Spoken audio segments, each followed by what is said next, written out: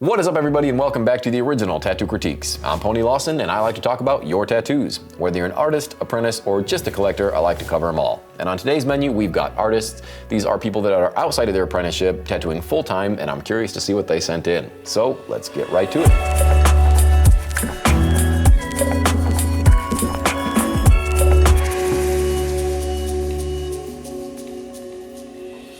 All right, this first submission is from Gareth Thomas, and Gareth, you sent in a few tattoos. Let's take a peek at the first one. It's a pretty sweet Batman, if I do say so myself. This thing is, for the most part, rock solid. There are a couple saturation issues, but I do really like the color play that you have going on. It almost has that comic book vibe to it. It's very bold, striking, and almost has that cel-shaded feel to it, and I really appreciate that about this tattoo. What really makes this tattoo dynamic is that yellow side lighting you used. It almost sets it up for a nice, dark cityscape background. And I know most of us are used to seeing that bat symbol entirely black, but it's nice to see that you use that yellow on there almost entirely to make it look like it's reflecting that yellow side light, again making it that much more dynamic. Again, I did mention there are a couple saturation issues, and I can really see that below the chin in that big black area. It is in there for the most part, don't get me wrong.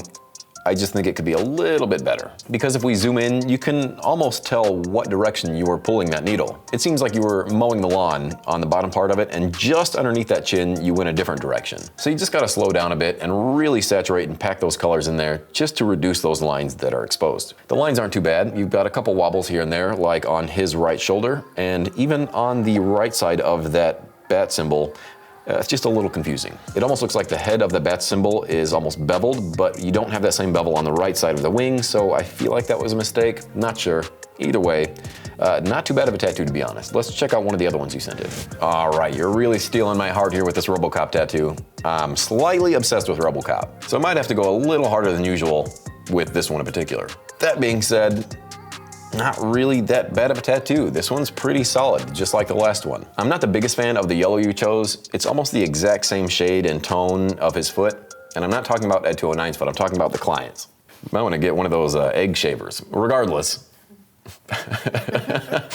So again, I really do like this tattoo, but there are a couple areas that I'm a little curious about, like the areas that you decided to use opaque gray rather than black and gray shading. Because it seems like you shaded parts of RoboCop's head, or most of RoboCop's head, with black and gray shading, and then there's a part in Ed 209's leg where it looks like opaque gray. So I'm not sure if you were going back and forth or what the deal was with that, but I probably would have just stuck with one. Either do opaque on the entire thing or just black and gray with water. Or do Ed 209 in all opaque and just do black and gray with RoboCop. I also would like to see some sort of separation between Ed 209 and RoboCop, because right now it just looks like RoboCop's head is sitting on top of Ed 209. I'm not sure, maybe give some sort of background to 209, or even just that white outline that's around the entire thing, just use that around Ed 209 himself. Or as I said before, if you just made Ed 209 all opaque gray and just made RoboCop black and gray, I think that alone would have been enough separation. I would like to see some more skin tone in RoboCop's face as well. You've got a lot of dark shades and a lot of really nice shades in RoboCop's helmet, but it almost matches the same exact tone as the skin showing through. If that were to have been a little bit lighter, I think that also would have had some nice contrast. Also, as far as the background goes, I think a nice OCP in the back instead of that diamond would have been a nice addition, but just my personal opinion. If you're not super familiar with RoboCop, you might have not known what OCP is, so I'll give you that one. Either way, if you haven't seen RoboCop, you're doing yourself a disservice. Go watch it, it's my favorite movie. I think one of my favorite parts about this tattoo is that white outline that you have around the entire thing, because that shit is in there, and I see a lot of people f that up pretty often. And the fact that you kept it inside of the diamond and didn't bring it around the entire outside of RoboCop's head was a wise choice. Although I probably would have just brought that white just past the outline, but I'm nitpicking. So pretty good job on that tattoo, and again, I really do love it just because of the subject matter. But you also sent in a couple more that I'd like to touch on really quickly because I think you did a great job on them. This first one is this Danny DeVito tattoo with a piece of ham and some pineapple rings. I think this thing is pretty great.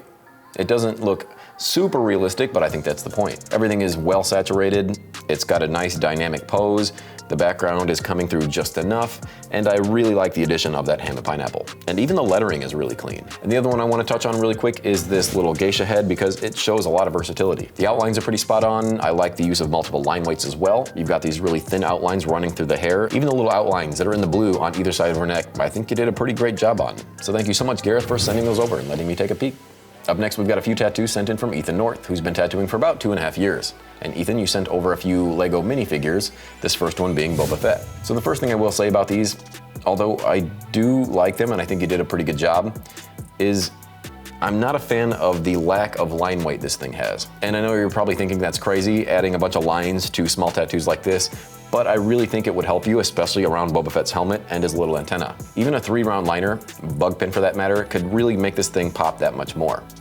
You'll have a lot stronger contrast against the skin tone, and it'll just make it look a lot more sharp. Instead of relying on those white highlights that you have on the outside, like of the legs on either side and even the chest, having a very thin outline again would just make this thing that much more believable. And I'm not saying it has to be black, even like a 2-drop black or a 1-drop even, just something to give it some sharpness. Even if something is highlighted, you can still have that highlight like you do on the legs, but put a very thin outline next to that highlight.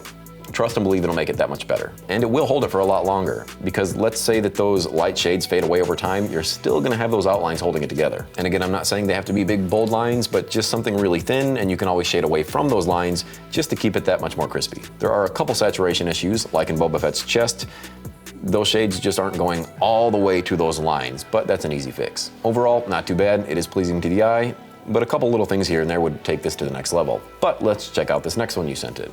Next, you sent over this little Ninjago tattoo, which you do have outlines on this one, but personally, I think they're a little dark and you didn't really shade away from those outlines, almost masking them. Like if we were to zoom in on the head, just a little shading in between the shades that you already have and that outline would make this thing look a lot more smooth. Same thing with this sword. Just adding some shades next to those outlines would keep it a lot more believable and a lot less looking like a dark outline. I think some different tones would be nice to see in this tattoo, because right now everything just looks like the same gray. Just remember to keep things dynamic, even if your reference isn't.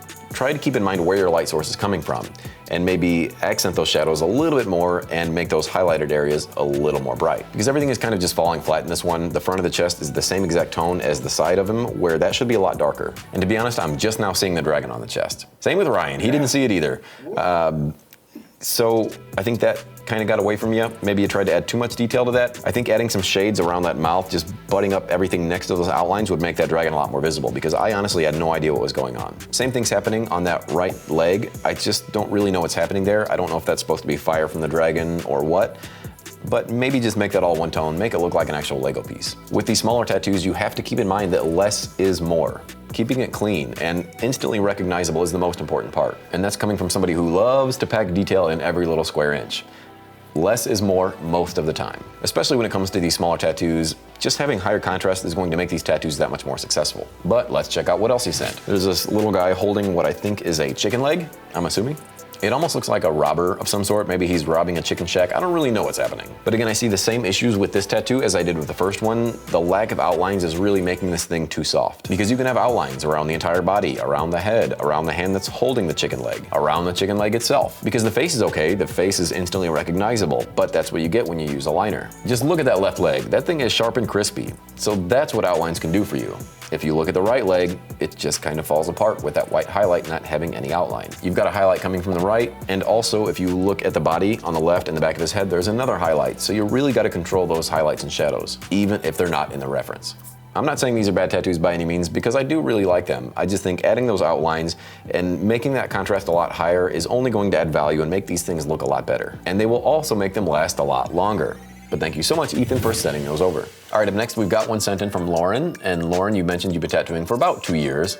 And you also mentioned that your machine broke 20 minutes into this tattoo. You switched to a coil machine from a rotary after it broke. I don't know if that's supposed to be an excuse, but either way, let's check out what you sent. All right, so the first thing I'll say about this tattoo is I know this reference really well, and Biggie has a lot more bravado, if you will, in the original photo. And I'm not really seeing that in this tattoo. His head is supposed to be tilted to the side, almost in a cocky manner. But with the way that you've tattooed this, he's almost looking straight on, and he doesn't have that same effect. He just looks like he doesn't really want to wear that hat. Aside from that, this is very tonal. I do see darker blacks and mid blacks, but for the most part, there's not really any heavy shadows. And in the original reference, there are some heavy shadows going on, and I wish you would have captured that in this portrait. You did send over the reference, so we can take a peek at that while we are critiquing this. And if you notice, he does have his head cocked, there is some heavy shadows going on, and those are two iconic things that I think you left out on this portrait. I'm also not really sure why you decided to add that extra ear in there, because Biggie's got a big face, and that ear is hidden for a reason. I think that alone, leaving that ear off, would have helped with the perspective immediately, because he is looking to the side.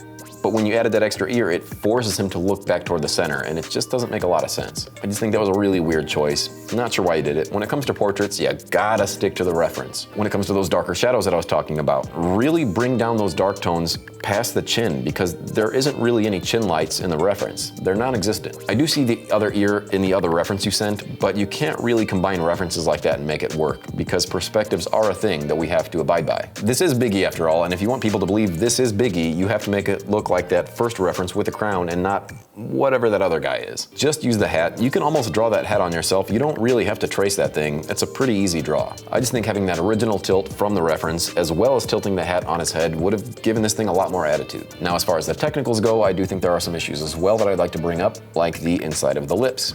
If you look at the reference, there is a line in between the upper and lower lip that is just non-existent in the tattoo. When it comes to that left ear, it looks like you outlined the bottom of the ear, but something happened and you forgot to outline the rest of it. There's also something going on with his eyes, and I'm not really sure what happened there. It just seems like you were maybe looking at both references while tattooing this, and if you're going to tattoo a portrait, just stick to one. And in my opinion, I just would have paid attention to and referenced that more iconic one and just stuck with that, because everybody knows that picture. I'm also not the biggest fan of how this tattoo ends on the bottom with the puffs coming out of the side and the necklace. It just seems like something's missing. I probably would have added a little bit of shading on either side of that necklace and brought it down a bit just to give it some shape, and most likely ended that necklace a bit early, just so it's not dragging down so far. Obviously, there are some issues with your lines as well. If we look at the top of the hat, that left side is very dark and deep, and the right side is very thin. Maybe that's where your machine broke.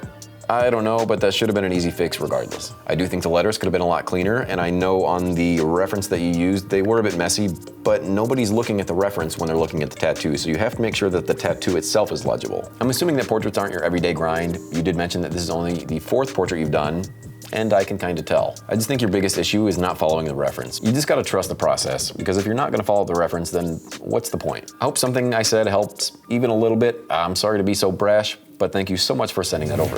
What's cooler than cool? What? Mad Rabbit Premium Tattoo Aftercare. Trust and believe your tattoos will thank you for it. So head on over to madrabbit.com and check out all they have to offer. And be sure to use code PONY20 to save 20% off of your entire order. All right, let's get back to it. Up next, we've got tattoo artist by the name of Oliver Urbano out of Toronto, Canada. And Oliver, you sent over a few pieces. Let's check out this first one. This horse head is really beautiful.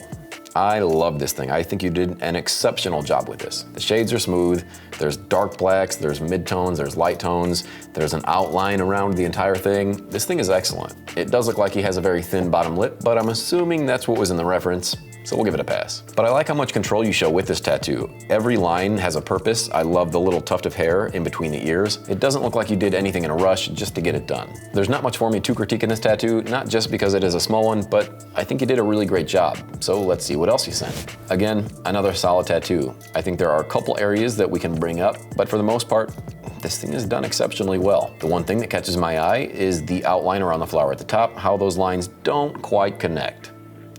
I know I'm being nitpicky, but you don't leave me much. I think the design is very unique, especially if this is your own design. I think this thing's amazing. I think all the highlights and shadows are in the right places. The stipple shading everywhere, the highlights on the lips, the darker side of the face on the right side. There's just a lot of cool things happening in this tattoo. And again, not that much for me to point out. I think the only thing that would have made this thing better is just finishing that flower up top, really making sure you send those lines home, connect those lines where they need to be connected, and this thing would be bulletproof. I like the fact that this is surrealism and you don't have to rely on making things perfect. And all the little lines, cuts, and features in her face are just really dragging your eye throughout the entire thing.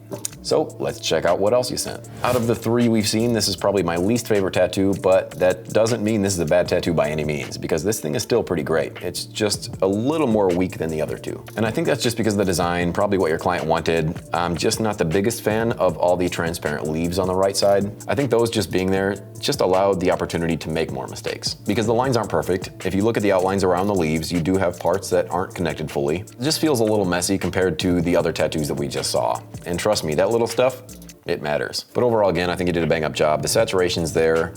The outlines are there for the most part, aside from the leaves, and you can really tell that you understand contrast, having that stark black on the left side and leaving all that skin tone open on the right. That's where I see a lot of people fudge things up, is adding too much shades, just flattening the overall tattoo. And that's what I was talking about with those Lego tattoos. Just having that contrast there will help convey detail even if there's not really much there. Overall, I think you did a killer job. These things are pretty great. you didn't leave me much to talk about. So thank you so much, Oliver, for sending those over and allowing us to take a peek. All right, the next tattoos sent over are from the Shouche, and it looks like we've got some color. The first one you sent over is this sword inside of a skull with all these flames going around. It's a very dangerous tattoo.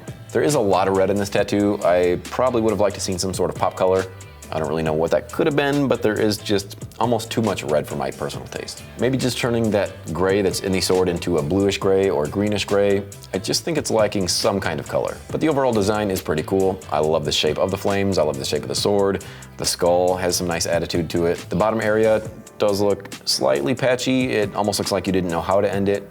Not bad.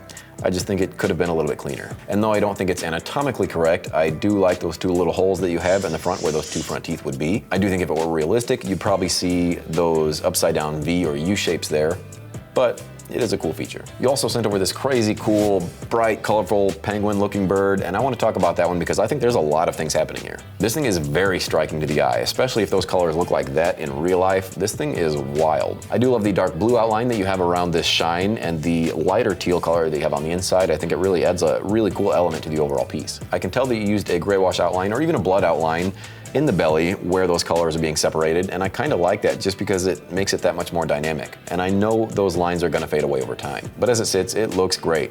I also really like the glow that's on the cat. I think that thing is badass. Also, the shadow that's on the cat coming from its paws, I think is a really nice touch. It just adds a really cool dimension in contrast to that green highlight. I think when it comes to the glass bottle, you showed a lot of really cool tricks. Up where it's broken, you have this black outline in the front, and in the background, you have no outline, just pushing it a little more further in the background. Same thing with that gold necklace that's wrapping around the penguin's body. You have this black outline in the front, and when it wraps around the body, you change over to that blue outline, again, just really pushing that depth. I just think this thing has some top tier color science behind it. The blue that turns into the purple in the penguin, the green to the orange on the beak, again, the green in the cat. There's just so much going on and it's so cool and it leaves your eye moving around the entire piece. There are so many ways that this thing could have easily went wrong and you pulled it off. So kudos to you. Thank you so much for sending that in, Shouche. This was a pleasure. All right, that's going to wrap it up for the critique side of things, but I do want to give props to the person who I think had the best tattoo of the week. And that person would be Oliver with this almost perfect horse tattoo, as well as this surrealistic face with a flower coming out. Like I said, these things are damn near perfect. Almost. There just wasn't many flaws for me to point out. I mean, one thing, if any. But when it comes to the size of these things, especially that horse tattoo, this is where things can get extremely difficult to pull off. But you nailed it. You have to know where to put detail, light and shadow, and I just think you killed it overall. So Oliver, thank you so much once again for sending these over, and congratulations on being my favorite this week. All right, one more thing before I let you guys get out of here. You know I gotta put a spotlight on somebody who I think you should all be following, and that artist is Mickey T out of Los Angeles, California. I can scroll through her portfolio all day long and fall in love with every single tattoo. These things are perfect. They're also very fun. This Snow White pinup is so freaking cool. Even down to the little details. You can tell she doesn't slack whatsoever. She makes sure 100% care is given in everything she does. Her outlines are impeccable, her saturation is so good, and she leaves a lot of skin tone, something I think a lot of artists can learn from. You don't have to pack these things wall-to-wall color. Let those colors fade to the highlights, and Mickey does that oh so well. I think you'd be doing a disservice if you don't go check out her Instagram and let her know I sent you. Be sure to check out all her work because it's really that good. All right, let's put a bow on this thing. Thank you guys so much for watching. Don't forget to subscribe, and as always, I will see you guys next week.